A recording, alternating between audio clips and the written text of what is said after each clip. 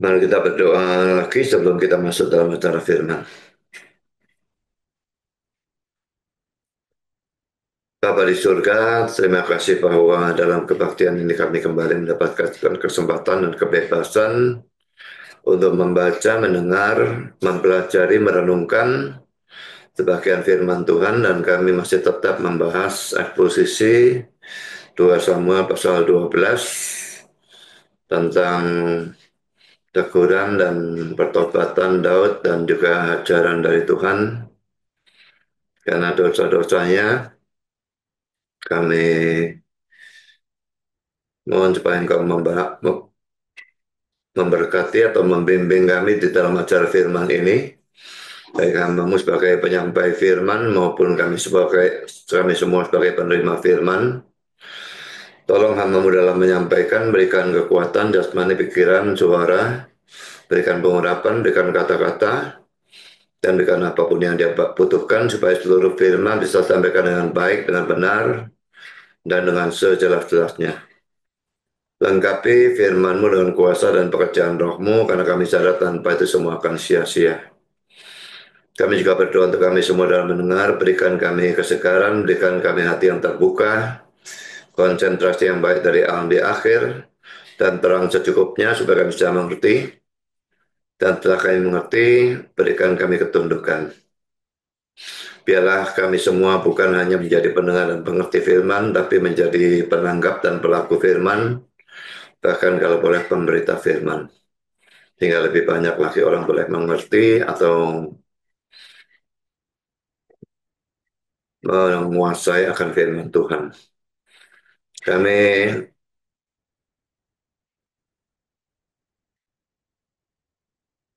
juga sadar bahwa setan pasti bekerja dalam acara firman. Kami berdoa supaya Engkau menguatkan semua kami menghadapi godaan dan terang setan di dalam bentuk apapun. Terima kasih Bapa. Berfirman kami siap untuk mendengar. Dalam nama Yesus kami berdoa. Amin.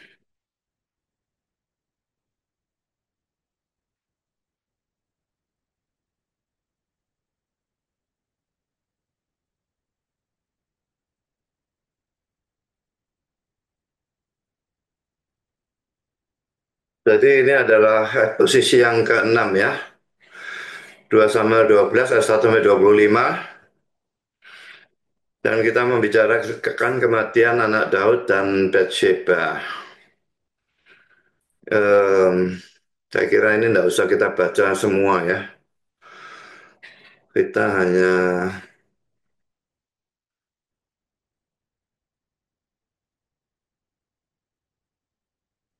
membaca mulai ayat 13 saja ya. Mulai ayat 13 sampai selesai ya. Lalu berkatalah Daud kepada Nathan, aku sudah berdosa kepada Tuhan. Dan Nathan berkata kepada Daud, Tuhan telah menjauhkan dosamu itu, engkau tidak akan mati. Walaupun demikian, karena engkau dengan perbuatan ini telah sangat menista Tuhan, pastilah anak yang lahir bagimu itu akan mati. Kemudian pergilah Nathan ke rumahnya, dan Tuhan menulai anak yang dilahirkan bekas istri Uria bagi Daud, sehingga sakit. Lalu Daud memohon kepada Allah, oleh karena anak itu, ia berpuasa dengan tekun, dan apabila ia masuk ke dalam semalam-malaman itu, ia berbaring di tanah. Maka datanglah kepadanya para tua-tua yang di rumahnya untuk meminta ia bangun dari lantai, tetapi ia tidak mau. Juga ia tidak makan bersama-sama dengan mereka. Pada hari yang ketujuh matilah anak itu, dan pegawai-pegawai Daud takut memberitahukan kepadanya bahwa anak itu sudah mati. Sebab mereka berkata ketika anak itu masih hidup, kita telah berbicara kepadanya, tapi ia tidak menghiraukan perkataan kita. Bagaimana kita dapat mengatakan kepadanya anak itu sudah mati? Jangan-jangan ia mencelakakan diri. Ketika Daud melihat bahwa pegawai-pegawainya berbisik-bisik, mengertilah ia bahwa anak itu sudah mati. Lalu Daud bertanya kepada pegawai-pegawainya, sudah matikah anak itu? Jawab mereka, sudah. Lalu Daud bangun dari lantai, ia mandi dan berurap, dan bertukar pakaian, ia masuk ke dalam rumah Tuhan dan sujud menyembah. Sesudah itu pulanglah ia ke rumahnya dan atas permintaannya dihidangkan kepadanya roti, lalu ia makan. Berkatalah pegawai-pegawainya padanya, apakah artinya hal yang kau berbuat ini? Oleh karena anak yang masih hidup itu engkau berpuasa dan menangis, tapi setelah anak itu mati engkau bangun dan makan. Jawabnya, selagi anak itu hidup, aku berpuasa dan menangis karena pikirku, siapa tahu Tuhan mengasihani aku, sehingga anak itu tetap hidup. Tapi sekarang dia sudah mati, mengapa aku harus berpuasa? Dapatkah aku mengembalikannya lagi? Aku yang akan pergi kepadanya, tapi ia tidak akan kembali kepadaku. Kemudian Daud menghibur hati Bathsheba istrinya, ia mengambil perempuan dan tidur dengan dia, dan perempuan itu melahirkan seorang anak laki-laki. Lalu Daud memberi nama Salomo kepada anak itu. Tuhan mengasihi anak ini, dan dengan perantara Nabi Nathan, ia menyuruh menamakan anak itu Yedijah, oleh karena Tuhan. Itu arti dari Yedijah itu ya. Jadi ini nubuat yang ketiga ya. Kalau yang pertama dan kedua itu ada pemerkosaan terhadap istri-istrinya Daud yang terang-terangan, lalu ada pedang sehingga anak-anaknya saling bunuh-membunuh. Yang ketiga ini nubuatnya anak yang telah dilahirkan oleh Bathsheba itu akan mati.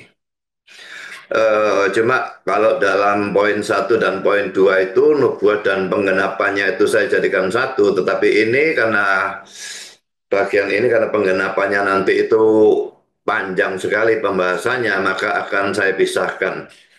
Jadi di sini hanya nubuatnya dulu ya. Nanti penggenapannya masih di sini juga ya dalam khotbah ini, tapi poinnya itu yang saya pisahkan ya. Kita baca sekali lagi ya 13b, dan Nathan berkata kepada Daud, Tuhan telah menjauhkan dosamu itu, engkau tidak akan mati. Walaupun demikian, karena engkau dengan perbuatan ini telah sangat menista Tuhan, pastilah anak yang lahir bagimu itu akan mati. Kemudian pergilah Nathan ke rumahnya, dan Tuhan menulai anak yang dilahirkan bekas istri Uria bagi Daud sehingga sakit. Ini kata-kata dari Matthew Henry. Namun Allah menjatuhkan hukuman mati atas anak itu. 2 Samuel 12 ayat 14. Lihatlah kedaulatan Allah. Orang tua yang bersalah hidup, sementara bayi yang tidak bersalah mati. Namun semua jiwa adalah miliknya, dan dia dapat dengan cara apapun yang dia kehendaki memuliakan dirinya melalui ciptaannya. Jadi kalau Allah mau menghukum orang tua dengan dengan membunuh anaknya, dia punya hak untuk itu ya. Bagaimanapun apakah anak itu masuk surga atau neraka itu nanti urusan belakang ya. Tapi kalau sekarang anak itu masuk surga, maka anak itu kan tidak dihukum sebetulnya. Dia mati, dia masuk surga kan enak. Tidak melalui penderitaan dalam dunia. Tapi sekarang kalau anak itu masuk neraka, maka Tuhan tetap berdaulat ya. Anak itu bagaimanapun lahir dalam dosa asal, sehingga bisa saja dia masuk neraka. Tentang bayi kalau mati itu kan saya selalu menjawab, saya tidak tahu bayi mati itu masuk surga atau masuk neraka. Tapi kalau dia masuk surga ya jelas dia dipredestinasikan untuk masuk surga, karena dia lahir tanpa mendengar Injil, tanpa berbuat baik atau berbuat dosa, dia tahu-tahu masuk surga. Demikian juga kalau dia masuk neraka, itu berarti reprobation itu benar. Jadi yang manapun masuk surga, election benar; kalau masuk neraka, reprobation benar. Ya, jadi bayi mati itu tidak bisa dihindari ya. Mesti mendukung predestinasi salah satu yang dari dua penentuan ya, penentuan selamat atau penentuan binasa. Jadi kalau bayi mati itu masuk neraka, ya dia ditentukan untuk binasa. Sekalipun orang tuanya yang bersalah, tapi orang tuanya hidup, karena Daudnya itu beriman, dia diampuni, dia tidak dihukum mati, tetapi bayinya yang mati. Sekarang saya lanjutkan dengan, bentar ya.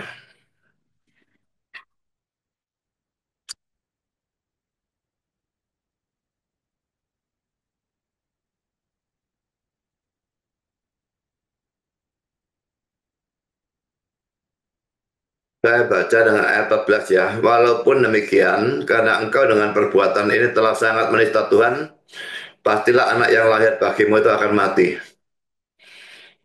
Dalam terjemahan King James ini berbeda. Ini telah sangat menista Tuhan ya. Tapi dalam dan terjemahan ini laki-laki ya LA ini sama dengan RSV, sama salahnya. Karena terjemahan yang lain ada kata the enemies ya, musuh-musuh ya. Ini semua ada ya. Jadi kita baca terjemahan King James, saya bacakan terjemahannya saja.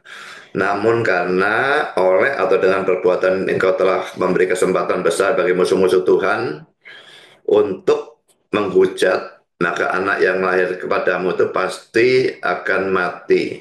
Nah, ini mesti digaris bawah itunya.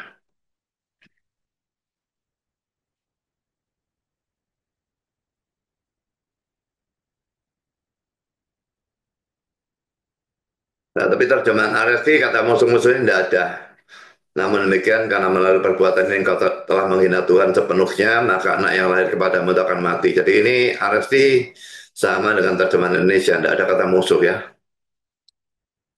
Sekarang terjemahan dari NIV, namun karena dengan melakukan hal ini engkau telah membuat musuh-musuh Tuhan menunjukkan penghinaan sepenuhnya, maka anak laki-laki yang lahir bagimu akan mati. Ada kata musuh-musuh lagi di sini ya.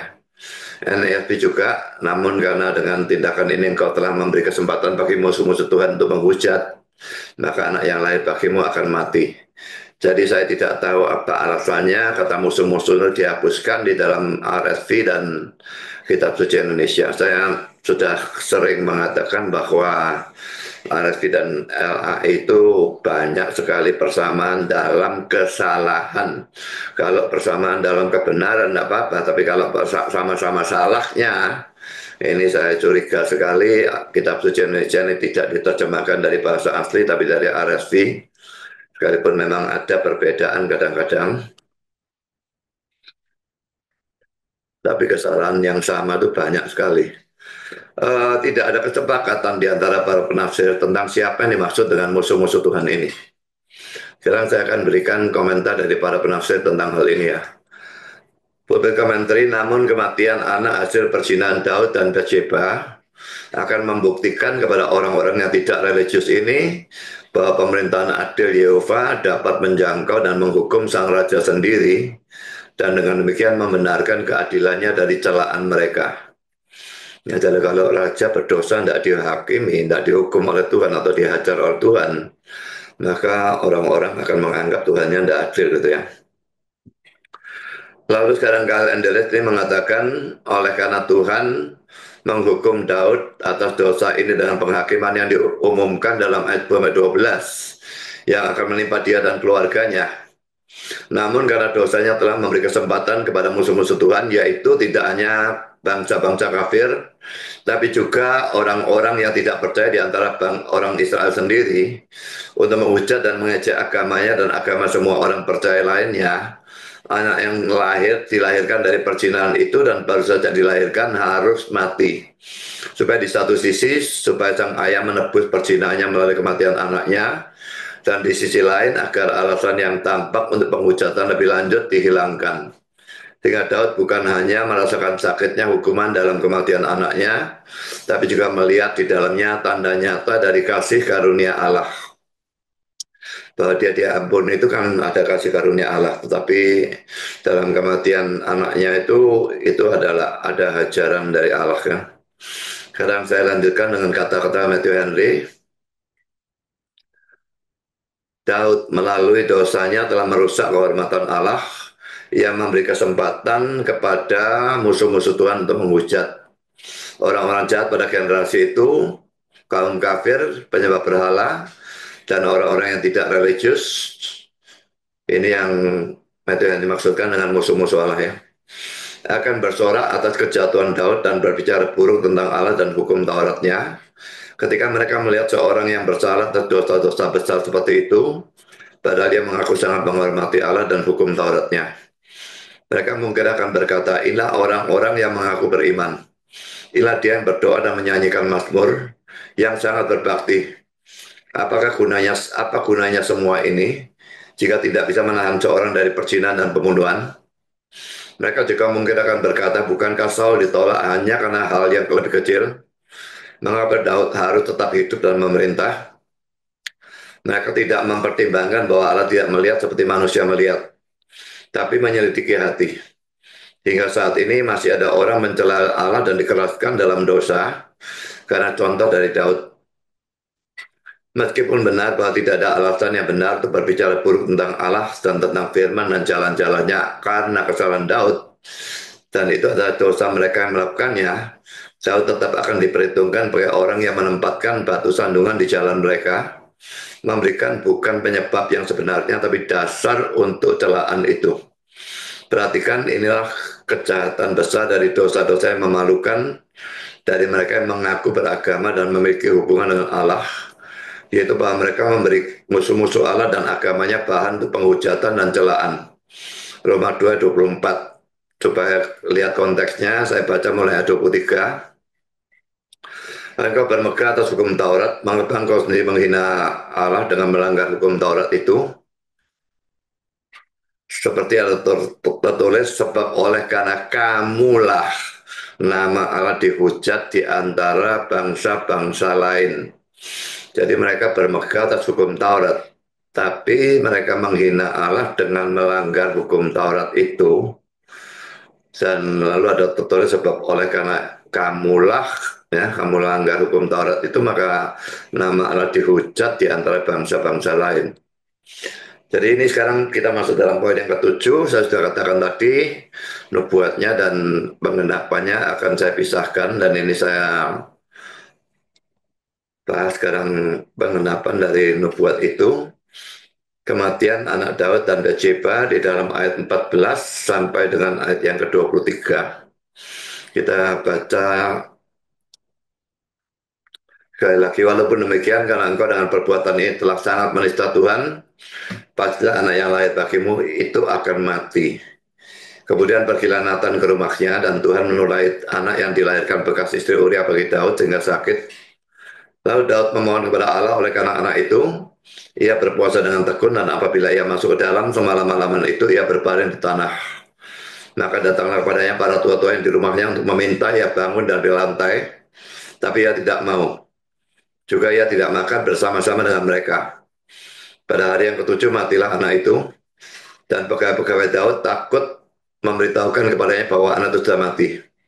Dan mereka berkata, ketika anak itu masih hidup, kita telah berbicara kepadanya, tapi ia tidak menghiraukan perkataan kita.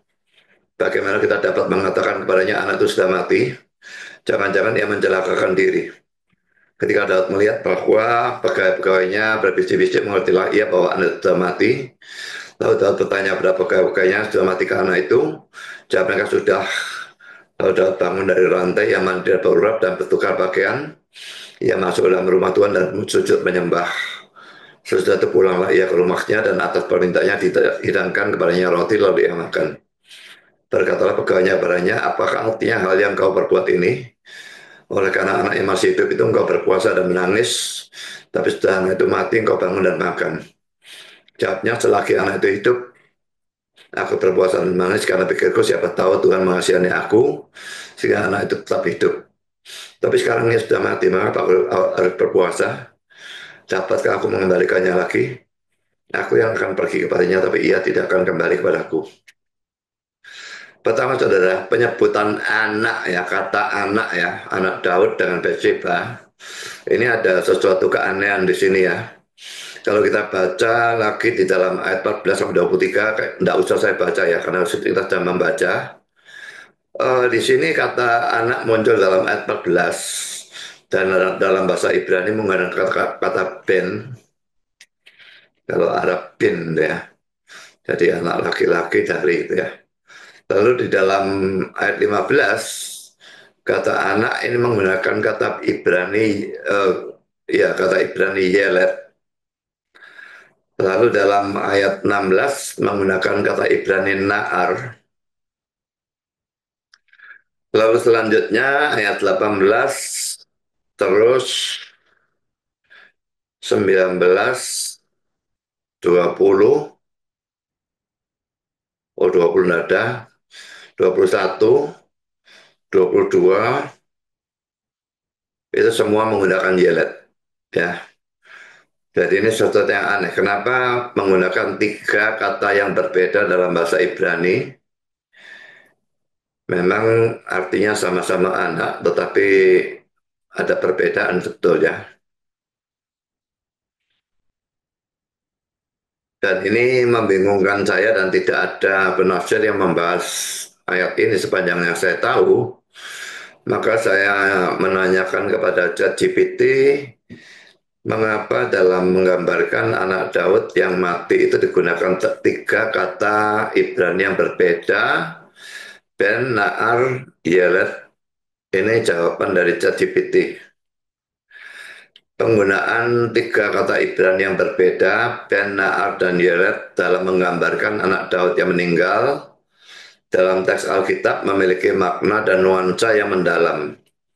Masing-masing kata memiliki konotasi tertentu yang menambah lapisan pada cerita tersebut. Pertama, Ben. Kata ini adalah kata yang paling umum untuk anak dalam bahasa Ibrani dan biasanya menunjukkan hubungan langsung seorang anak dengan orang tuanya. Dalam konteks cerita Daud, kata ini menekankan status anak tersebut sebagai anak Daud. Kata ini menekankan keterikatan emosional dan tanggung jawab Daud terhadap anaknya dan memperlihatkan kesedihan dan kehilangan yang mendalam saat Daud harus kehilangan seorang Ben yang adalah darah dagingnya sendiri. Lalu kata kedua, Naar. Kata ini bisa berarti anak muda atau pelayan muda. Dalam konteks ini, Naar digunakan untuk menggambarkan seorang anak yang masih muda yang belum mencapai usia dewasa. Ini memberi gambaran tentang potensi dan harapan yang ada pada anak tersebut. Dalam cerita Daud, penggunaan Naar bisa menunjukkan bahwa anak tersebut masih dalam usia yang sangat belia, sehingga kematian yang terasa lebih tragis karena anak itu belum sempat mengembangkan potensinya atau menjalani kehidupan yang lebih panjang. Yang ketiga, Yelet. Kata ini secara langsung berarti anak kecil atau balita. Lebih spesifik lagi mengacu pada seorang anak dalam usia sangat dini. Istilah ini lebih sering digunakan untuk menggambarkan anak-anak yang masih dalam usia yang sangat rentan dan belum mandiri. Dalam kisah ini, penggunaan Yerat menekankan kerentanan anak Daud yang meninggal, yang masih memerlukan perlindungan dan perhatian khusus dari orang tuanya. Penggunaan ketiga istilah dalam teks bukan hanya variasi linguistik, tapi juga memperkaya pemahaman tentang keadaan dan emosi di sekitar kejadian tersebut. Melalui band, kita merasakan hubungan kekeluargaan dan tanggung jawab. Melalui Naar, kita merasakan kehilangan potensi dan masa depan yang terenggut. Dan melalui Yelet, kita merasakan kesedihan yang mendalam atas hilangnya seorang anak kecil yang rentan dan membutuhkan perlindungan. Jadi itu penjelasan dari ChatGPT tentang penggunaan tiga kata Ibrani untuk menuju pada anak Daud dan Bathsheba yang meninggal itu ya. Sekarang kita masuk dalam poin yang kedua. Anak Daud dan Bathsheba itu sakit lalu mati pada hari yang ketujuh. Jadi poin A, Tuhan menulai anak itu sehingga sakit. Saya akan berikan komentar dari pulpit commentary. Segera setelah kunjungan Nathan, anak itu jatuh sakit dan kita bisa yakin bahwa berita tentang teguran Nathan dan semua yang terjadi antara dia dan raja dengan cepat menyebar ke seluruh Yerusalem. Daud langsung mengambil posisi sebagai seorang kriminal yang dihukum dan merendahkan dirinya dengan kesungguhan yang membentuk bagian mulia dari karakternya. Meskipun dia sangat sedih atas sakitnya anak itu dan kesedihan sang ibu, kesedihannya terutama berfokus pada dosanya sendiri. Daud rela agar semua orang mengetahui betapa mendalam rasa malu dan penyesalan dirinya. Sekarang poin B, saudara. Anak atau bayi, maksudnya anak itu yang belum bisa bertanggung jawab atas dosanya ya. Bisa sakit dan mati, itu membuktikan adanya dosa asal. Jadi kalau anak itu lahir dalam keadaan suci, dia tidak mungkin menderita apalagi mati. Karena penderitaan maupun kematian itu kan hukuman dari dosa kan.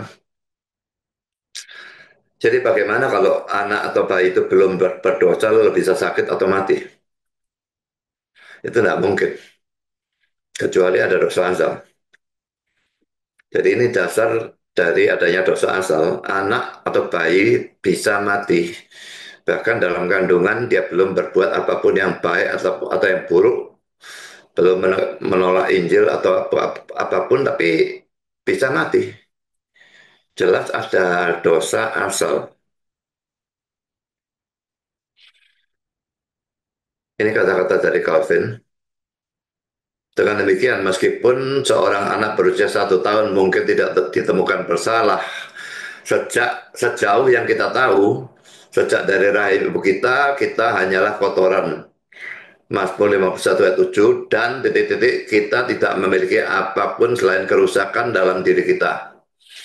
Karena itu kita harus menjadi anak-anak kemurkaan seperti yang disebutkan dalam kitab suci, Efesus 2 ayat 3, artinya pewaris kutukan kekal. Maka kita melihat bahwa ketika anak kecil Daud dihukum, itu pasti benar.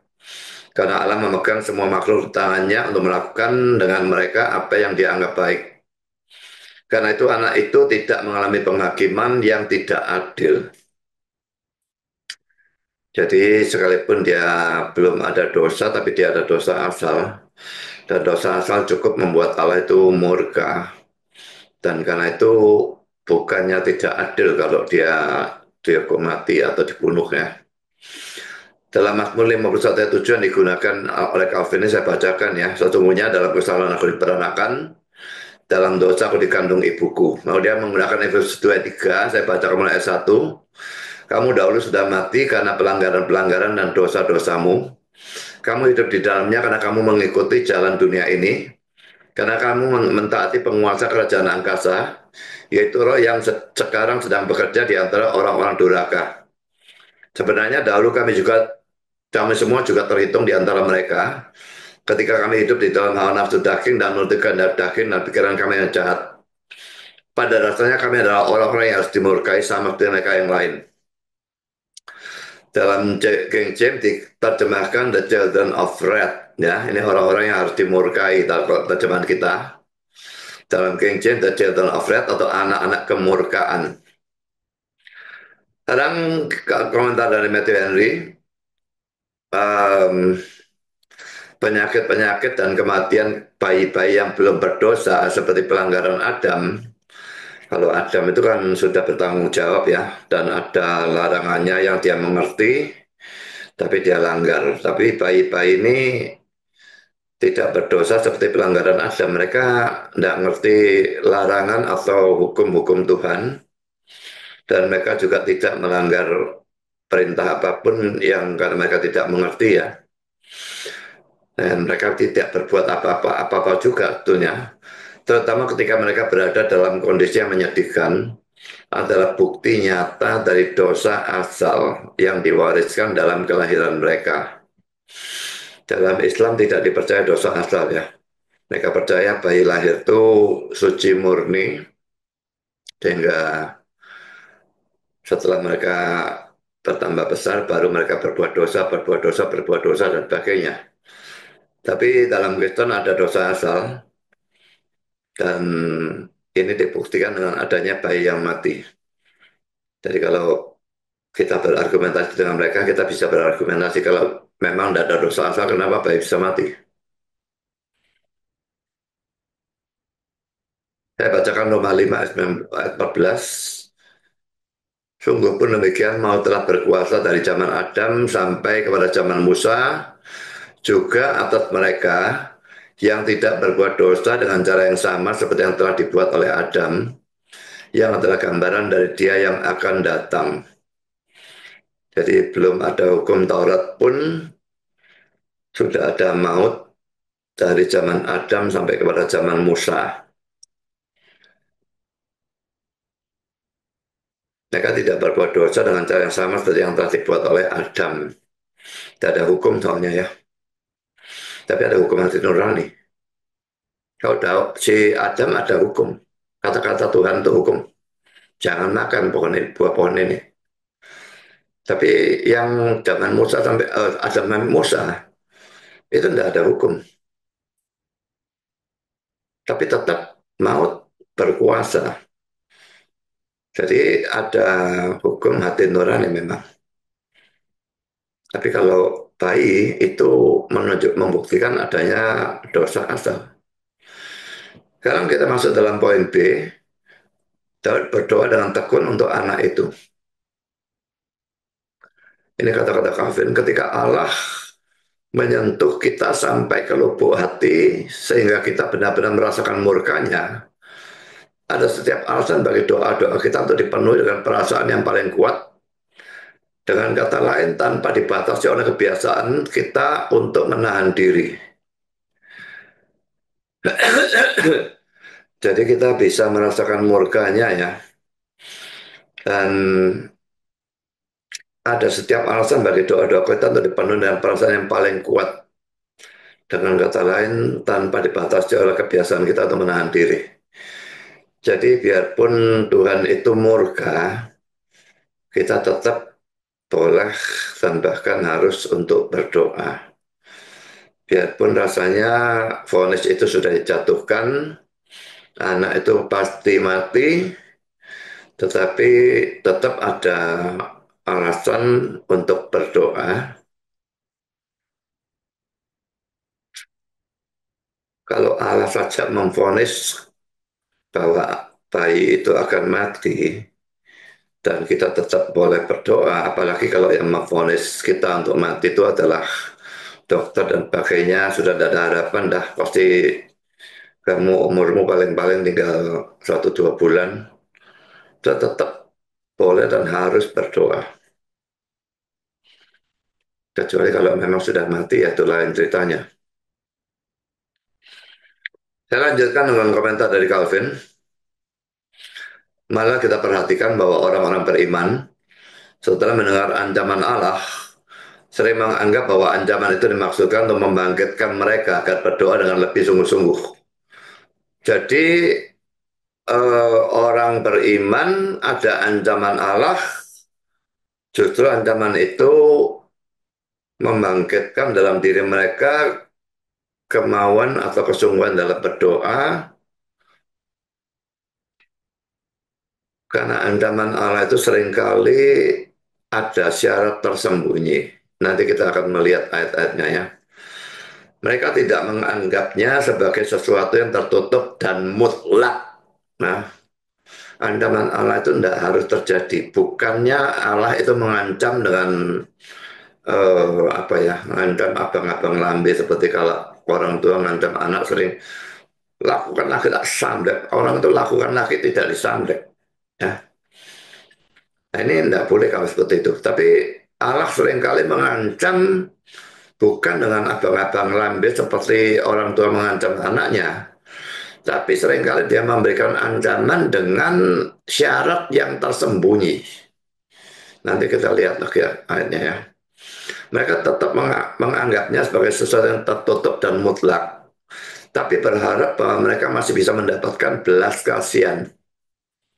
Jadi ancaman Allah itu tidak selalu mutlak. Dalam kasus Daud ini mutlak memang ya, tapi tidak selalu.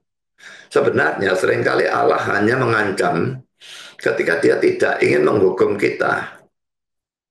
Ya, Allah seringkali hanya mengancam ketika dia tidak ingin menghukum kita. Kalau dia ingin menghukum, ya tidak usah diancam, langsung berikan hukumannya. Dia mengancam itu supaya kita bertobat, lalu dia tidak jadi menghukum itu.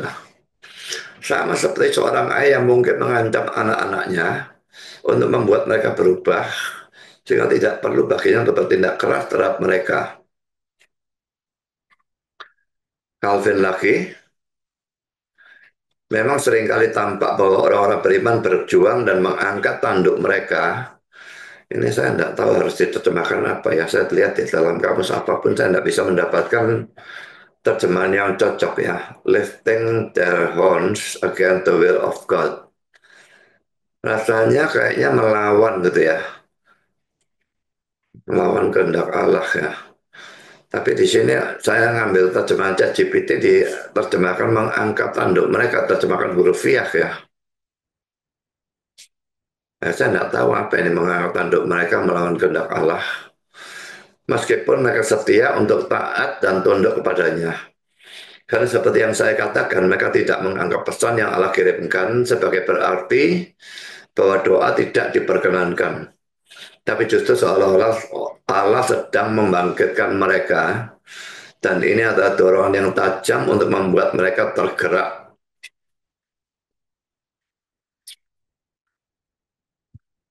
Jadi kalau ada ancaman Allah, tidak selalu itu mutlak ya. Kadang-kadang itu mutlak, kadang-kadang tidak. Jadi kalau kita tidak tahu ya kita berdoa.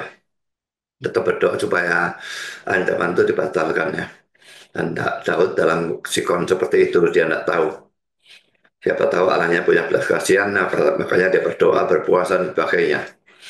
Sekarang Calvin lagi Daud tidak seperti bulu yang goyah dalam berdoa pada Allah, karena dia yakin bahwa pada akhirnya Allah akan memberinya belas kasihan. Dia menyerahkan segalanya kembali ke tangan Allah. Namun selama anak itu hidup, dia berharap bahwa Allah akan mengaruniakan belas kasihan kepadanya. Itulah cara Daud bertindak dan disinilah kita mengikuti teladannya. Maka marilah kita belajar untuk berdoa kepada Allah di segala keadaan kita yang paling sulit, dan bahkan ketika tampaknya tidak ada lagi yang bisa dilakukan, kita tetap terus berdoa. Ya, dalam sikon yang rasanya sudah tidak ada harapan, tetap berdoa. Selama belum mati, tetap doa. Ya, apakah itu keluarga kita atau diri kita sendiri, tetap berdoa, tidak peduli sudah kanker stadium 4, dokter sudah angkat tangan untuk apapun, tetap berdoa. Tapi kalau sudah mati, sudah jangan berdoa untuk orang yang sudah mati. Sekalipun memang dalam Alkitab ada orang-orang yang dibangkitkan, tapi itu keadaan khusus dan pada umumnya orang mati ya mati. Calvin lagi, meskipun kita seperti orang buta miskin, memang demikian adanya, kita seharusnya merasa puas dengan ajaran yang jelas yang diberikan kepada kita ini, yaitu bahwa Allah tetap peduli kepada kita, bahkan ketika dia tampaknya berpaling dari kita. Kalau saya berdoa dan rasanya kayaknya doanya tidak nyambung gitu ya, rasanya kayak Allahnya itu berpaling, gitu. Tapi tetap tekun berdoa. Sekarang Calvin lagi, jika kita merasa bingung tentang ini atau itu, malah kita tetap tekun berdoa kepadanya dan dengan sabar menantikan apapun yang dia kehendaki untuk dilakukan.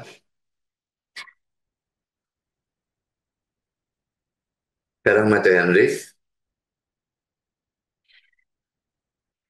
alasan yang diberikan Daud untuk tindakannya, para pelayannya merasa heran bahwa dia begitu berduka cita selama anak itu sakit. Namun menerima kematiannya dengan tenang atau mudah, dan mereka bertanya alasannya dalam ayat 21.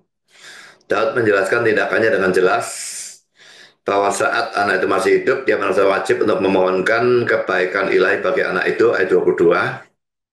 Nathan memang telah mengatakan bahwa anak itu akan mati, tetapi Daud berpikir ancaman itu mungkin bersyarat seperti yang terjadi pada Hizkia. Ini sebetulnya aneh kata-kata ini ya, karena Daud ini hidup jauh sebelum zamannya Raja Hizkia. Bagaimana dia berpikir ancaman itu mungkin bersyarat seperti terjadi pada Hizkia, tapi mungkin ini kata-kata dari Matthew saja, bukan dalam pikiran Daud, karena Daud tidak mungkin memikirkan tentang Hizkia yang ada jauh setelah dia. Saya ulangi, tetapi Daud berpikir ancaman itu mungkin bersyarat seperti yang terjadi pada Hizkia, dengan penghinaan diri yang besar dan doa yang sungguh-sungguh. Allah sering mendengar tangisan, mungkin berkenan membatalkan hukuman dan menyelamatkan anak itu. Siapa tahu Allah masih akan berbelas kasihan kepadaku. Allah memberi kita kebebasan untuk sungguh-sungguh berdoa kepadanya untuk berkat-berkat khusus, karena kita percaya pada kuasa dan belas kasihannya yang umum, meskipun kita tidak memiliki janji khusus sebagai dasar. Jadi sekalipun tidak ada dasar, Allah akan mengabulkan doa Daud. Malah sebaliknya, dia mengatakan anak itu akan mati, tapi tetap kita boleh berdoa ya. Kita mungkin tidak yakin, namun tetaplah berdoa.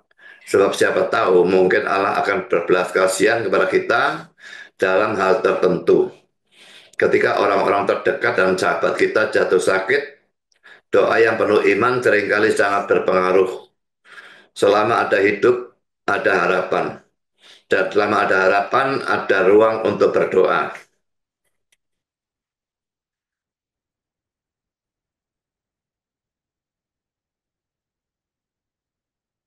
Sekarang Adam Clark, siapa tahu, ya dia hanya membahas kata siapa tahu ya. Allah akan berbelas kasihan itu ya. Daud dan memang semua orang di bawah perjanjian Musa begitu yakin bahwa semua ancaman dan janji Allah bersifat bersyarat. Sehingga bahkan dalam pernyataan yang paling tegas terkait hukuman, mereka tetap mencari perubahan maksud atau tujuan.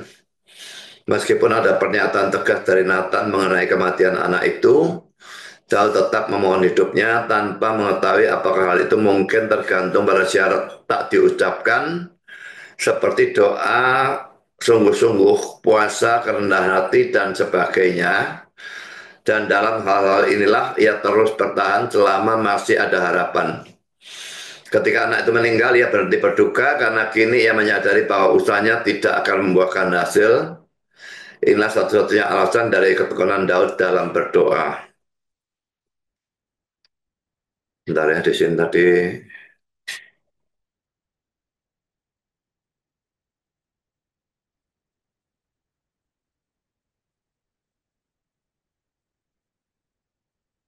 syarat yang kira supaya kalimatnya lebih enak. Sekarang sudah saya akan memberikan beberapa contoh ya. Pada waktu ada ancaman firman Tuhan yang kelihatannya sudah pasti terjadi, tapi mereka tetap berdoa supaya hal itu tidak terjadi. Ada beberapa kasus yang akan saya berikan, ada yang dikabulkan, ada yang tidak ya. Tapi pokoknya ada ancaman, mereka tetap berdoa. Ada yang dikabulkan, ada yang tidak. Sekarang ini contoh-contohnya ya. Pertama, Abraham berdoa untuk Sodom dan Gomora, padahal Tuhan sudah mengatakan dia akan menghancur leburkan Sodom dan Gomora ya. Kejadian 18 ayat 20 dan 33. Sesudah itu berfirmanlah Tuhan berfirmanlah Tuhan, sesungguhnya banyak keluh kesah orang tentang Sodom dan Gomora, dan sesungguhnya sangat berat dosanya. Baiklah aku turun untuk melihat apakah benar-benar mereka telah berkelakuan seperti keluh kesah orang yang telah sampai kepadaku atau tidak. Aku tidak mengetahuinya. Lalu berpalinglah orang-orang itu dari situ dan berjalan ke Sodom. Tapi Abraham tetap berdiri di hadapan Tuhan. Jadi orang-orang itu kan dua malaikat tuh ya, mereka sudah pergi ke Sodom, mau menghancurkan kan. Tapi Abraham masih tetap berdiri di hadapan Tuhan. Abraham datang mendekat dan berkata, apakah engkau akan melenyapkan orang benar bersama-sama dengan orang fasik? Bagaimana sekiranya ada 50 orang benar dalam kota itu? Apakah engkau akan melenyapkan tempat itu dan tidakkah engkau mengampuninya karena ke-50 orang benar yang ada di dalamnya itu? Jauhlah kiranya daripadamu untuk berbuat demikian, membunuh orang benar bersama-sama dengan orang fasik, sehingga orang benar itu seolah-olah sama dengan orang fasik. Jauhlah kiranya demikian daripadamu. Jadi Abraham mengira semua akan dihancur leburkan termasuk orang benar. Padahal Tuhan tidak bermaksud seperti itu ya. Nyatanya kan Lotnya dikeluarkan kan. Masakan hakim segenap bumi tidak menghukum dengan adil? Lalu Tuhan berfirman dalam ayat 26 ya, jika aku dapati 50 orang benar dalam kota Sodom, aku akan mengampuni seluruh tempat itu karena mereka. Jadi saudara, adanya orang-orang Kristen di dalam satu kota, dalam satu negara, itu sebetulnya bisa memberikan berkat untuk negara itu. Negara yang sama sekali tidak ada orang Kristennya, itu tidak akan diberkati oleh Tuhan. Tapi negara yang ada orang Kristennya, sekalipun sedikit, bisa seluruh negara mendapatkan berkat karena sedikit orang Kristen itu. Kalau Kristennya Kristen sejati ya, saya tidak bilang Kristen KTP ya. Kalau Kristen KTP itu bukan Kristen. Jadi bersama dengan orang benar, kita bisa kecipratan orang yang tidak benar itu bisa kecipratan berkatnya. Orang benarnya dilindungi, ini ikut dilindungi juga. Jadi misalnya saudara bepergian, saudara kafir, dan bepergian naik mobil atau naik pesawat, dan di situ ada orang-orang Kristen, Tuhan bisa melindungi mobil atau pesawat itu karena orang-orang Kristen itu ada di dalam mobil atau pesawat itu. Yang seandainya mereka tidak ada, mungkin ditabrakkan atau dihancurkan. Tapi karena ada yang orang-orang Kristen itu dilindungi. Saya lanjutkan dengan ayat 27. Abraham menyaut, sesungguhnya aku telah memberanikan diri berkata pada Tuhan, walaupun aku debu dan abu. Sekiranya kurang 55 orang dari ke 50 orang benar itu, apakah engkau akan memusnahkan seluruh kota itu karena yang 5 itu? Jadi maksudnya 45 orang benar ya. Jawabnya, aku tidak akan memusnahkannya jika aku dapati 45 di sana. Lagi Abraham melanjutkan perkataannya kepadanya, sekiranya 40 dapat di sana, firman-Nya, aku tidak akan berbuat demikian karena yang 40 itu. Katanya, janganlah kiranya Tuhan murka, kalau aku berkata sekali lagi, sekiranya 30 didapat di sana, firman-Nya, aku tidak akan berbuat demikian juga ketika aku dapati 30 di sana. Katanya, sesungguhnya aku telah memberanikan diri berkata kepada Tuhan, sekiranya 20 didapat di sana, firman-Nya, aku tidak akan memusnahkannya karena yang 20 itu. Katanya, janganlah kiranya Tuhan murka karena aku berkata lagi sekali ini saja. Dia berkata sekali ini saja berarti yang terakhir ya. Sekiranya 10 didapat di sana, firman-Nya, aku tidak akan memusnahkannya karena yang 10 itu. Lalu pergilah Tuhan setelah ia selesai berfirman kepada Abraham dan kembalilah Abraham ke tempat tinggalnya. Tuhan mengatur ya, Abraham ini tidak minta terus sampai 5, 2, 3, 1. Karena kalau dia minta satu, pasti ada orang benar di sana. Lot itu orang benar. Saya tidak tahu, ya istrinya pasti bukan, tapi dua anaknya itu saya tidak tahu. Mungkin itu kacau balau itu imannya ya. Sampai mereka hubungan seks dengan bapaknya sendiri melahirkan bangsa Moab dan bangsa Amon dan sebagainya. Tapi satu orang benar pasti ada. Nah kalau eh, Abraham itu berdoa 10, 5, 3, 2, 1, maka Tuhan tidak akan menghancurkan Sodom dan Gomora. Tapi jelas di sini dia memang dalam rencana kekalnya dia menghancurkan Sodom dan Gomora. Sehingga dia mengatur sehingga Abraham itu berdoa cuma sampai bilangan 10 dan itu yang terakhir. Dan memang tidak ada 10. Tapi Tuhan tidak menghancurkan semua. Orang benarnya dikeluarkan, lalu orang fasiknya yang dibinasakan semua. Dan bahkan istrinya Lot yang setelah dikeluarkan, dia menoleh ke belakang, dia dibinasakan juga menjadi tiang garam ya. Sekarang kita lihat kasus yang kedua, Samuel berdoa untuk Saul yang telah ditolak sebagai raja. Ini komentar dari Calvin tentang hal itu. Kita telah melihat bahwa Samuel berduka cita atas Saul meskipun Allah telah menurunkannya dari kedudukannya. 1 Samuel 15 ayat 11. Ini dilakukan untuk melihat apa ada cara untuk memperoleh pengampunan. Namun alasan Samuel sebenarnya lebih lemah karena ia tahu bahwa keputusan terhadap Saul sudah pasti. Namun demikian ia tetap berjuang dalam iman karena ia ingin Allah membawa Saul kembali ke jalan yang benar. Saya tidak tahu apa sebabnya ada kata-kata ini ya. Namun alasan Samuel sebenarnya lebih lemah karena ia tahu bahwa keputusan terhadap Saul sudah pasti. Dari mana Samuel tahu keputusan sudah pasti? Apakah karena Daud sudah diurapi? Saya tidak ngerti lah. Ini 1 Samuel 15 ayat 12. Lalu datanglah firman Tuhan kepada Samuel. Aku menyesal karena aku telah menjadikan Saul raja, sebab ia telah berbalik daripada aku dan tidak melaksanakan firmanku. Maka sakit hati Samuel dan ia berseru-seru pada Tuhan semalam-malaman. Saya kira di sini Daud belum diurapi ya. Saya nggak tahu di pasal berapa Daud diurapi ya. Belum diurapi saya kira. Samuel dari mana tahu dengan pasti ya? Saya nggak ngerti. Jadi di sini juga tidak dikabulkan ya, tapi dia berdoa. Ya, Abraham tadi juga tidak dikabulkan, tapi dia berdoa. Di sini juga tidak dikabulkan, tapi tetap dia berdoa. Lalu contoh ketiga, Hizkia yang berdoa supaya umurnya diperpanjang. Lah, kalau yang ini dikabulkan.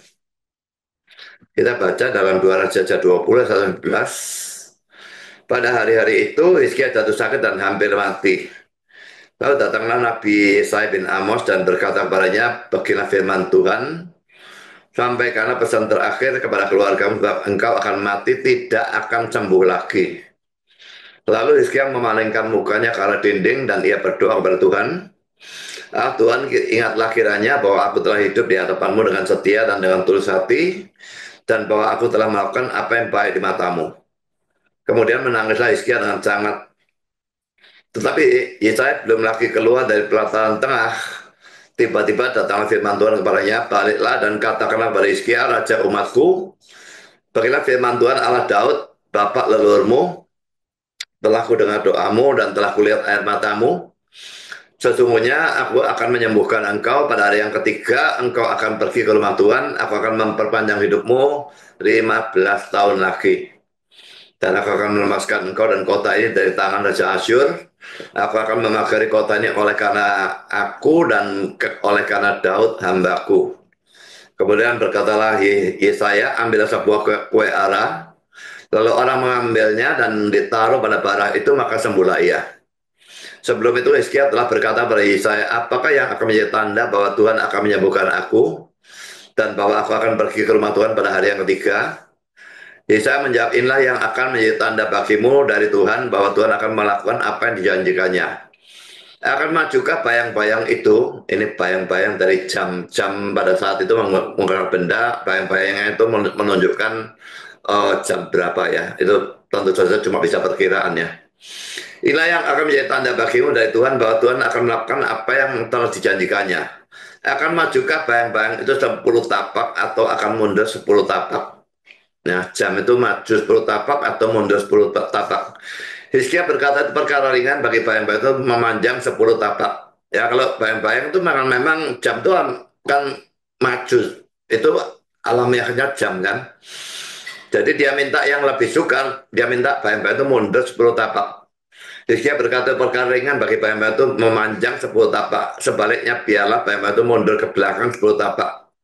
Lalu berseru Nabi Yesaya pada Tuhan, maka dibuatnya lah bayang-bayang itu mundur ke belakang 10 tapak, seperti yang sudah dijalani bayang-bayang itu pada penunjuk matahari buatan Ahaz. Jadi di sini ancaman Tuhan itu bahwa Hizkia itu akan mati, ini adalah ancaman bersyarat. Apa Tuhan itu berdusta pada waktu mengatakan bahwa dia akan mati? Dia bukan berdusta, tapi seandainya Hizkia tidak berdoa, dia akan mati sungguh-sungguh. Karena penyakitnya ini memang penyakit yang membawa kematian. Tapi Allah sudah merencanakan Hizkia tidak mati pada saat ini. Pada saat ini, pada dia sakit dan dikatakan mati ini, dia umur 39 ya. Dan dia berdoa, ditambah 15 tahun, dia mati pada usia 54. Jadi rencana Allah jelas bahwa dia mati pada usia 54, bukan 39. Allah bukan mengubah rencana kekalnya. Kalau rencana kekal itu tidak akan diubah dan pasti dilaksanakan. Tidak akan bisa salah. Nah kalau dia mati umur 39 jadi salah. Mengapa Hizkia tidak bisa mati umur 39? Pertama tidak cocok dengan rencana Allah. Dia mati umur 39. Dan kedua dia belum punya anak. Dan dia dan anaknya ini nanti menurunkan Kristus. Kalau dia belum punya anak, dia mati. Kristusnya tidak lahir nanti. Jadi tidak mungkin dia mati pada umur 39. Tapi kalau seandainya umur 54 dia berdoa lagi, tidak bakal dikabulkan. 1 Yohanes 5:14 itu mengatakan doanya itu hanya dikabulkan kalau sesuai dengan kehendak Allah ya. Kehendak Allah dalam arti rencana kekal Allah. Jadi di sini ada ancaman dan dia berdoa dan doanya dikabulkan. Lalu kita lanjutkan dengan contoh yang keempat juga sama di sini dengan contoh ketiga.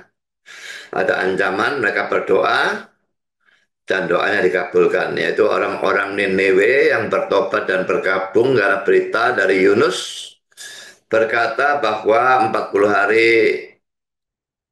dalam 40 hari Allah akan menunggang balikkan kota itu. Kita baca Yunus pasal 3 ayat 4 sampai 10. Mulailah Yunus masuk dalam kota itu sehari perjalanan jauhnya.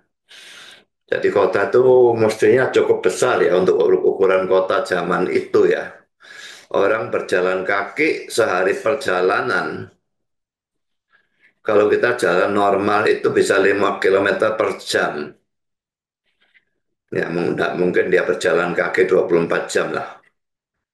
Tapi anggap saja dia jalan kaki 10 jam, karena orang saat itu selalu jalan kaki, mereka pasti kuat untuk jalan kaki ya.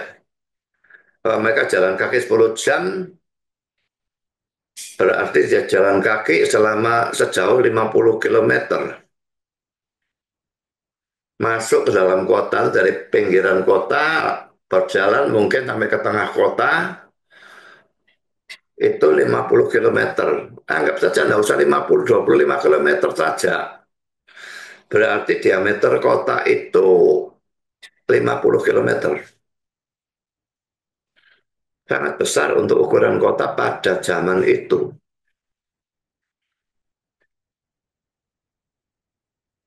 Saya lanjutkan ya. Lalu berseru 40 hari lagi, maka Niniwe akan ditunggang balikkan. Dan dikatakan kecuali kamu bertobat. Syaratnya tersembunyi.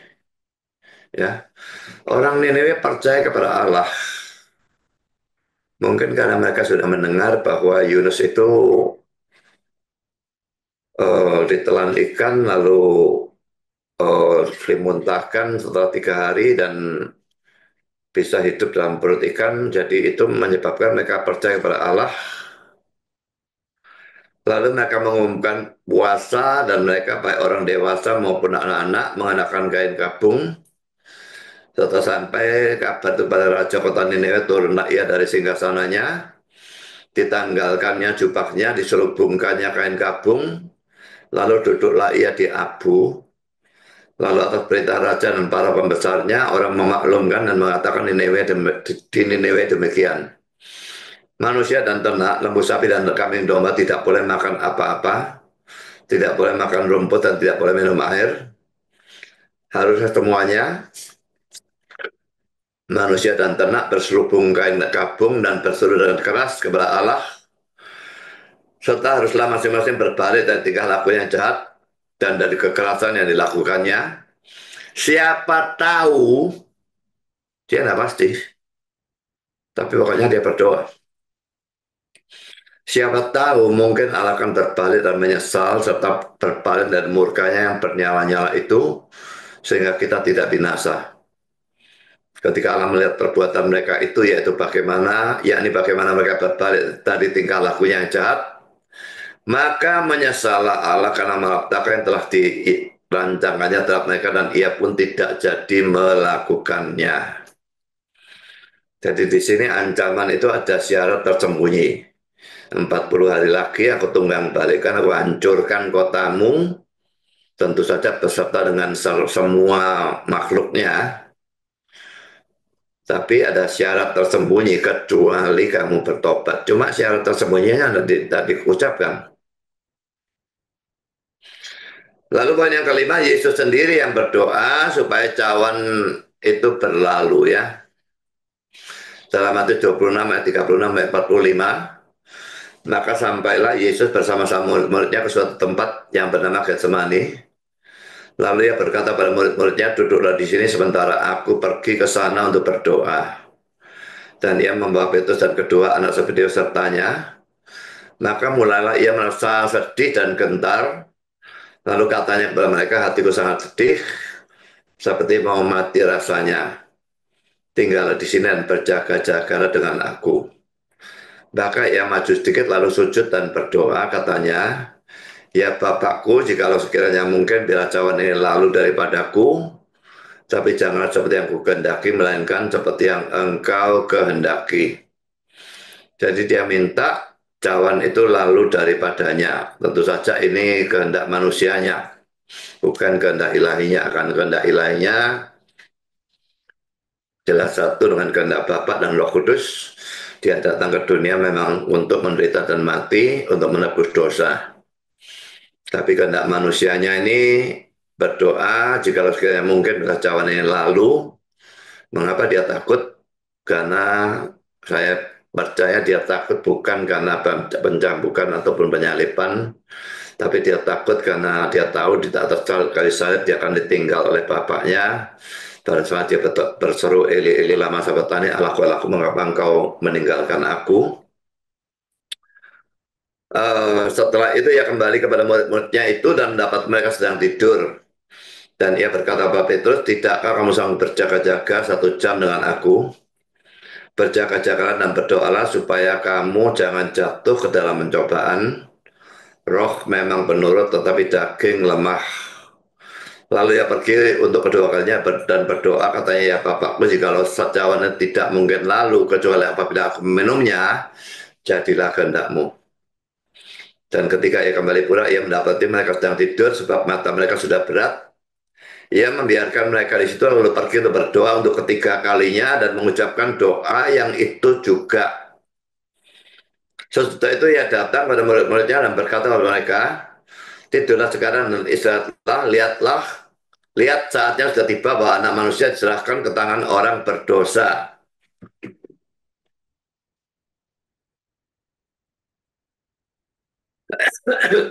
Eh, jadi Yesus di sini sebetulnya kalau permintaannya itu tidak dikabulkan. Tapi secara keseluruhan karena adanya tambahan kata-kata bukan kehendakku yang jadi kehendakmu ya. Maka secara keseluruhan doa itu dikabulkan kehendak Bapa yang jadi.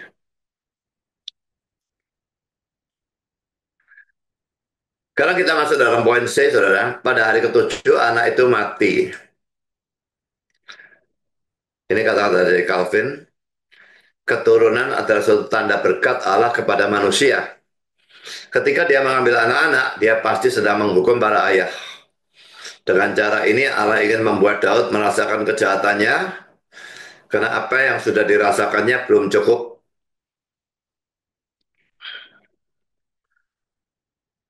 Jadi eh, hukuman-hukuman yang lain belum cukup, masih harus ditambah dengan kematian anak itu. Berarti kematian anak itu, anak tersebut meninggal pada hari ketujuh. Ayat 18. Saat usianya 7 hari. Dan karena itu belum disunat. Siapa dari kita yang pernah memikirkan mati hari ketujuh itu belum disunat? Tidak mungkin kita memikirkan hal seperti ini. Makanya para penafsir itu memikir jauh lebih panjang dan ya makanya perlu belajar buku tafsiran itu sangat penting ya. Orang nggak mau pakai buku tafsiran itu nggak mungkin khotbahnya ada isinya itu mustahil. Kecuali dia punya karunia penafsiran. Jadi Tuhan memang mengatakan anak itu mati, ayat mengatakan ayat anak itu mati dan matinya pada hari ketujuh ya. Hari ketujuh itu belum disunat kan? Disunat itu hari keberapa? Hari ke-8 kan? Daud mungkin menganggapnya sebagai tanda lain dari ketidaksenangan Allah bahwa anak itu meninggal sebelum ia dibawa ke bawah meterai perjanjian. Namun Daud tidak meragukan kebahagiaan anak itu karena manfaat dari perjanjian tidak tergantung pada tanda lahiriah tersebut. Ini yang saya tidak yakin ya.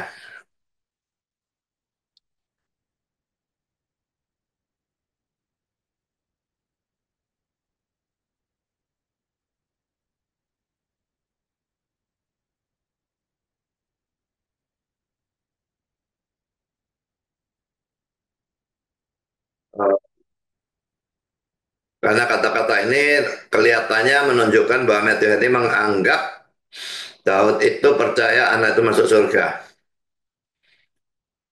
Tidak ada ayatnya yang menunjukkan hal itu menurut saya. Nanti akan saya bahas bagian itu pada minggu depan saya kira. Kejadian 17 ayat 12, anak yang berumur 8 hari haruslah disunat, yakni setiap laki-laki di antara kamu turun-temurun, baik yang lahir di rumahmu maupun yang dibeli dengan uang dari salah seorang asing, tapi tidak termasuk keturunanmu. Jadi hukum Tuhan itu sunat yang merupakan sakramen pertama dalam perjanjian lama, anak itu harus disunat pada usia 8 hari. Tapi anak itu mati pada usia 7 hari, jadi dia belum disunat. Jadi ini kata-kata Matthew Henry yang saya pikir luar biasa. Daud mungkin menganggapnya sebagai tanda lain dari ketidaksenangan, yaitu bahwa anak itu meninggal sebelum ia dibawa ke bawah meterai perjanjian.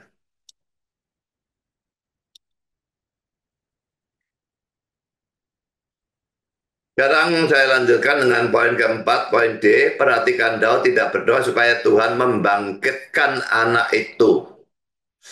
Jelas bahwa pada waktu anak itu sakit tapi masih hidup, Daud berharap Allah akan menyembuhkannya. Tapi begitu anak itu mati, ia tidak berharap bahwa Allah akan membangkitkan anak itu. Dan ini juga berlaku untuk kita ya. Kalau kita ada keluarga atau siapapun yang sakit, biarpun sakitnya sudah berat sekali, dan dokternya sudah angkat tangan, tetaplah berdoa. Tidak harus dikabulkan, tetapi bisa dikabulkan kalau Tuhan mau. Tapi begitu orang itu sudah mati, jangan berdoa untuk orang yang sudah mati. Mengapa, saudara? Apa bedanya? Tuhan kan juga bisa melakukan mujizat membangkitkan orang mati. Dia banyak melakukan mujizat penyembuhan orang sakit, dia banyak beberapa kali melakukan mujizat pembangkitan orang mati. Bahkan nabi-nabi Elia dan Elisa juga membangkitkan, Petrus dan Paulus juga membangkitkan. Lalu mengapa kalau orang mati kita tidak boleh berdoa untuk supaya Tuhan membangkitkan? Orang itu sakit berat, disembuhkan oleh Tuhan itu juga mujizat. Orang itu mati dibangkitkan oleh Tuhan itu juga mujizat. Dan Tuhan berkuasa melakukan keduanya. Mengapa tidak boleh berdoa kalau sudah mati? Karena adanya ayat ini ya. Ibrani 9 ayat 27. Dan sama seperti manusia ditetapkan untuk mati hanya satu kali saja dan setelah itu dihakimi. Jadi ayat ini berlaku umum, cuma ada perkecualian-perkecualian, yaitu orang-orang yang di dalam Alkitab itu dibangkitkan.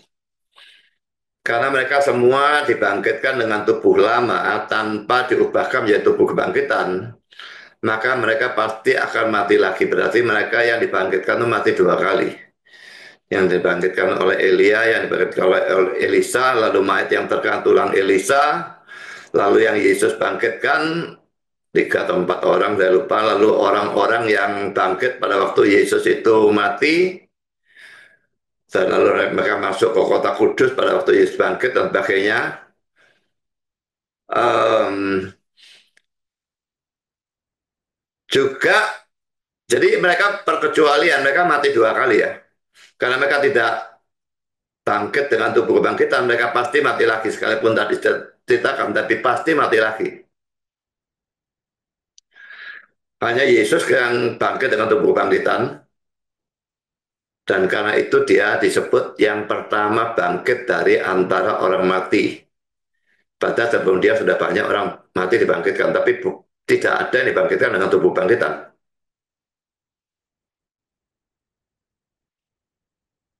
Lalu perkecualian yang lain, saudara, kalau tadi ada orang yang mati dua kali, ada orang yang tidak pernah mati.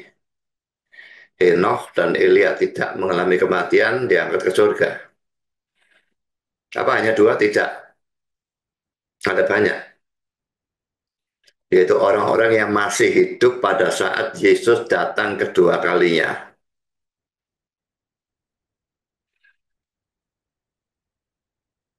Yang mati dalam Tuhan, Waktu Yesus datang kedua kalinya itu yang dibangkitkan lebih dulu, dibangkitkan lalu diubahkan menjadi tubuh bangkitan, diangkat ke surga.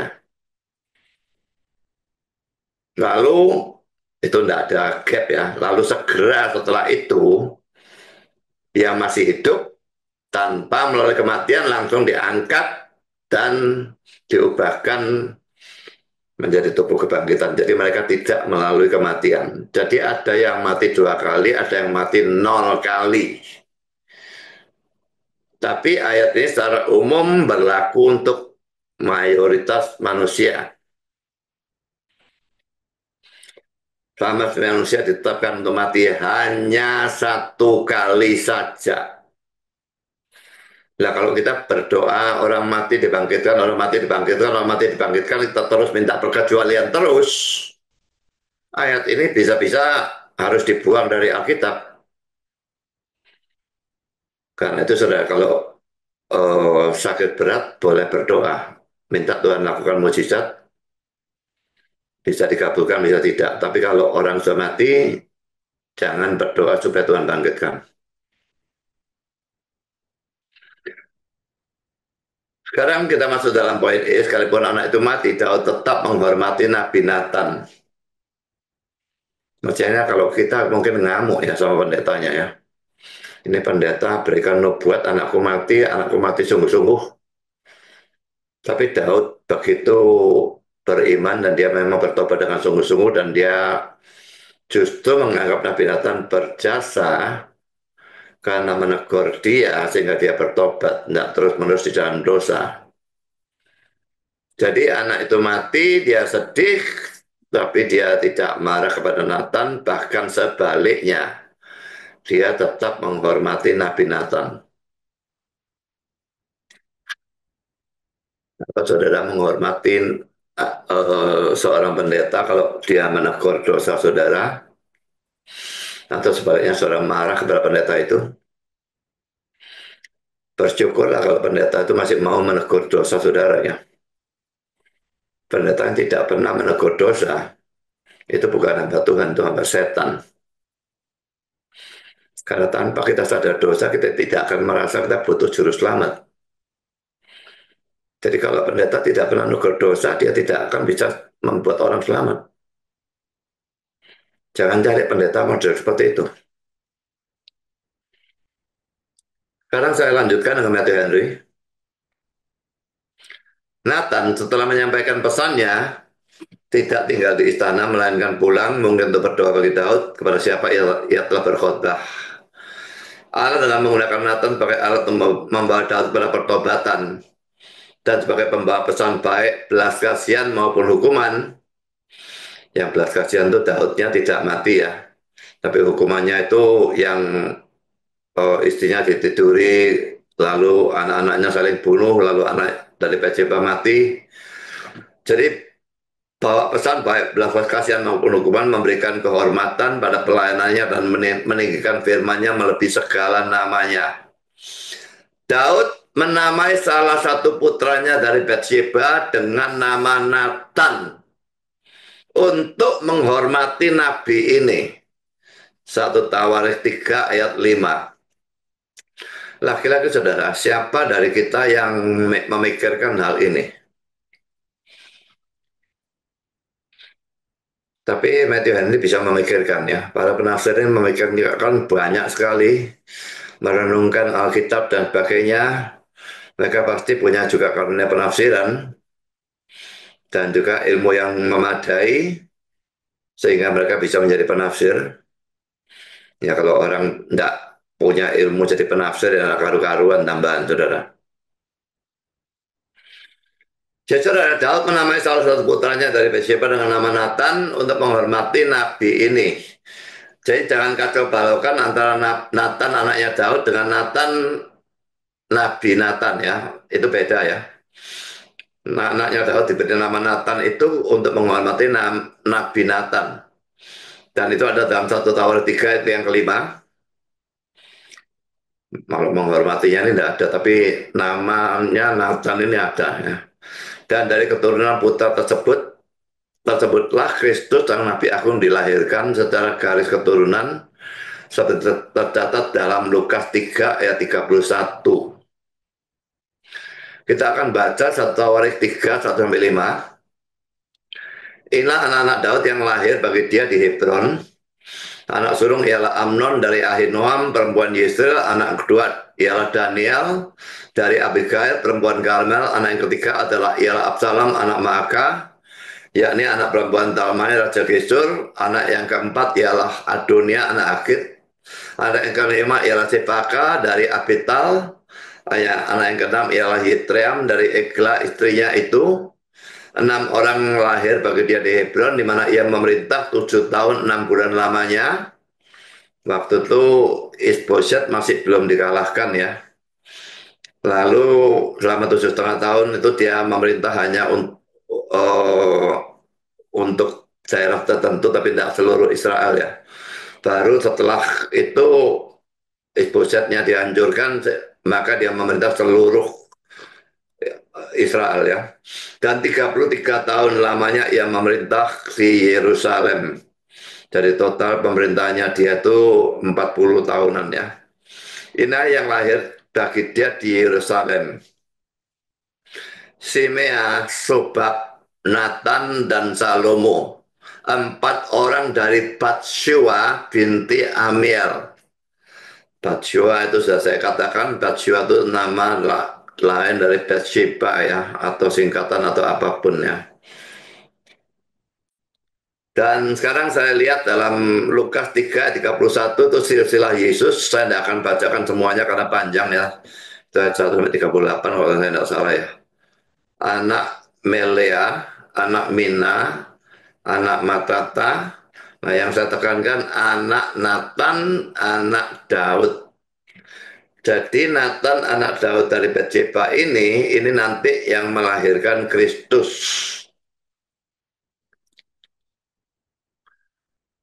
Salomo juga menjadi nenek moyang dari Kristus juga. Tapi dari sudut yang berbeda. Kalau karena silsilah Yesus itu ada dalam Matius, ada dalam Lukas pasal 3 ya. Yang Matius pasal 1 ayat 1 ayat 17, dan dalam Lukas pasal 3, saya kira ayat 1 atau ayat 3 sampai 38 kalau tidak salah. Yang di dalam Lukas pasal 3 itu dari jalur Maria. Yang dari Matius pasal 1 itu dari jalur Yusuf. Jadi yang dari jalur Maria ini melalui anak Daud yang namanya Nathan ini. Nah, dari jalur Yusuf itu nanti melalui Salomo. Jadi baik dari jalur Maria ataupun jalur Yusuf, dua-duanya melalui Daud. Ya, tapi dari dua anaknya Daud, yang satu Nathan, satu Salomo. Jadi baik Maria maupun um, Yusuf itu adalah keturunan Yehuda ya. Dan itu sesuai dengan nubuat dalam kitab Kejadian. Yehuda itu yang dinubuatkan akan melahirkan Yesus ya, menurunkan Yesus. Dan nubuat dalam Alkitab itu begitu banyak dan semua tergenapi. Nggak ada satu yang gagal. Tapi yang saya ingin soroti di sini, saudara, eh, kan Daud berzina dengan Bathsheba itu dosa. Tambah lagi membunuh Uria, tambah lagi mengambil istri orang yang dibunuh itu menjadi istrinya. Poligami itu dosa lagi.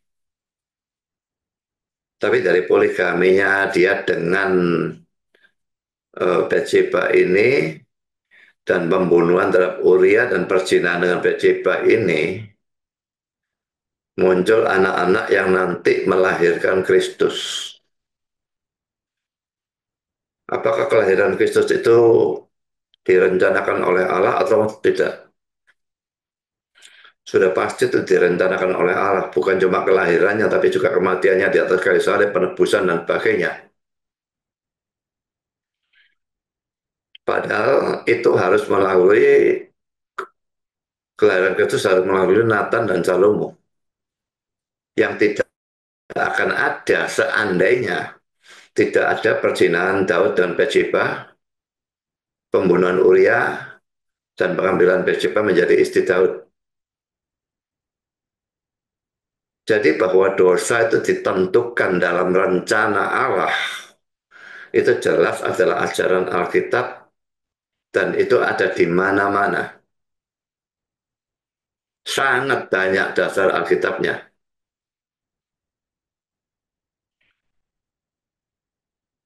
Jadi orang goblok saja yang tidak mempercayai predestinasi dalam arti yang luas, ya, Allah menetapkan segala sesuatu tanpa kecuali. Tapi ingat, tanggung jawab manusia tidak dibuang. Jadi reform pada satu sisi mengajarkan Allah menetapkan segala sesuatu itu kedaulatan dia, tapi pada saat yang sama reform tidak pernah membuang tanggung jawab manusia. Kita bertanggung jawab melakukan yang terbaik sesuai dengan firman Tuhan dan sesuai dengan akal sehat kita.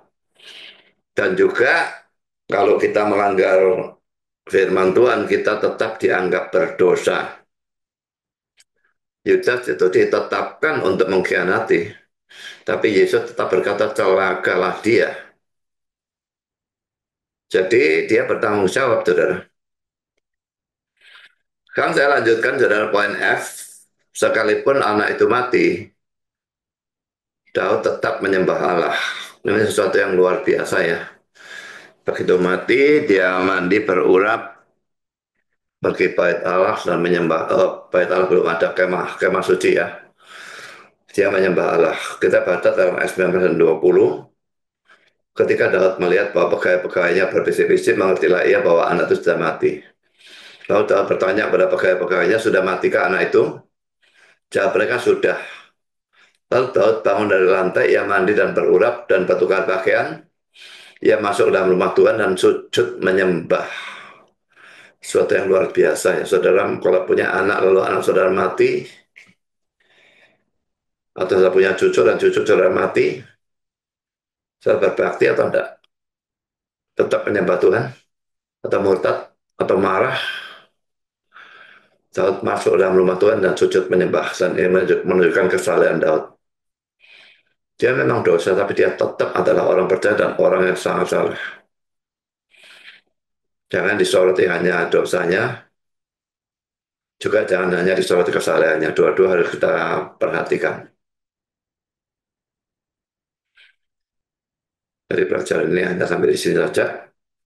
Um, Tuhan memberkati saudara. Amin.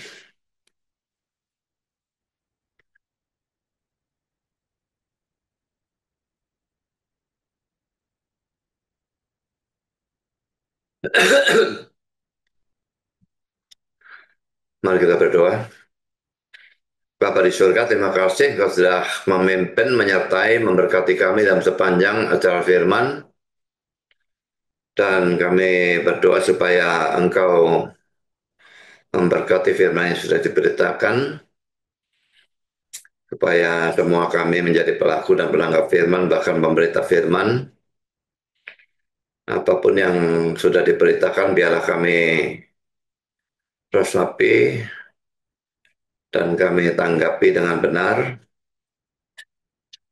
Kalau ada bencana atau ada ancaman yang kelihatannya pasti, biarlah kami tetap berdoa, sekalipun doa itu belum tentu dijawab, bisa iya, bisa tidak. Tapi biarlah kami tetap berdoa, karena seringkali ada ancaman Tuhan yang mengandung syarat yang tersembunyi. Dan kalaupun doa kami tidak dijawab, tidak dikabulkan, dan ancaman Tuhan tetap terjadi, biarlah kami bisa bersikap seperti Daud dan tetap menyembah Engkau, tetap setia kepada Engkau, tetap mengasihi Engkau. Tak peduli kami mengalami hal yang kelihatan sangat buruk karena Engkau tidak pernah memberikan hal yang betul-betul buruk untuk anak-anakmu,